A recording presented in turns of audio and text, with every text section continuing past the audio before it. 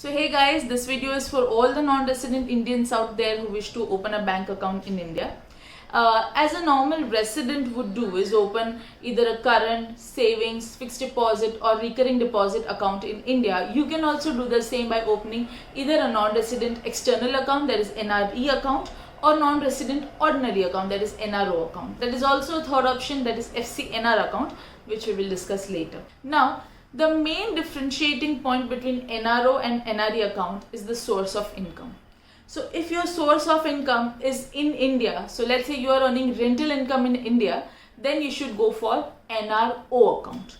If your source of income is foreign in nature, that is, suppose you want to transfer your salary earned in a foreign country to India, then you can go for NRE account, that is non-resident external account. Now, let's say you are staying in a foreign country and you have a loved one back in India and you are earning rental income from real estate property in India.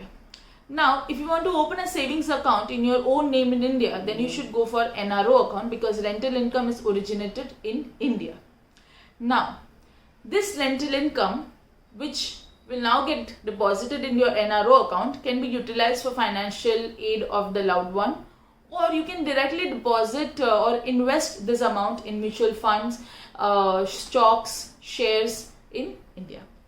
Also, the interest earned on this savings account is fully taxable in India, and you can repatriate up to $1 million from this NRO to your foreign bank.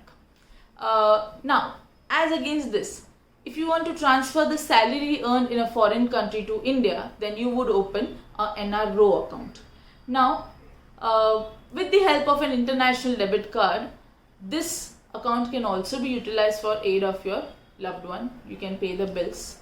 The loved one can also withdraw, and also interest earned on this account is fully exempt from tax, and there is no limit for the repatriation from this account to your foreign account. You can transfer as much as you want to.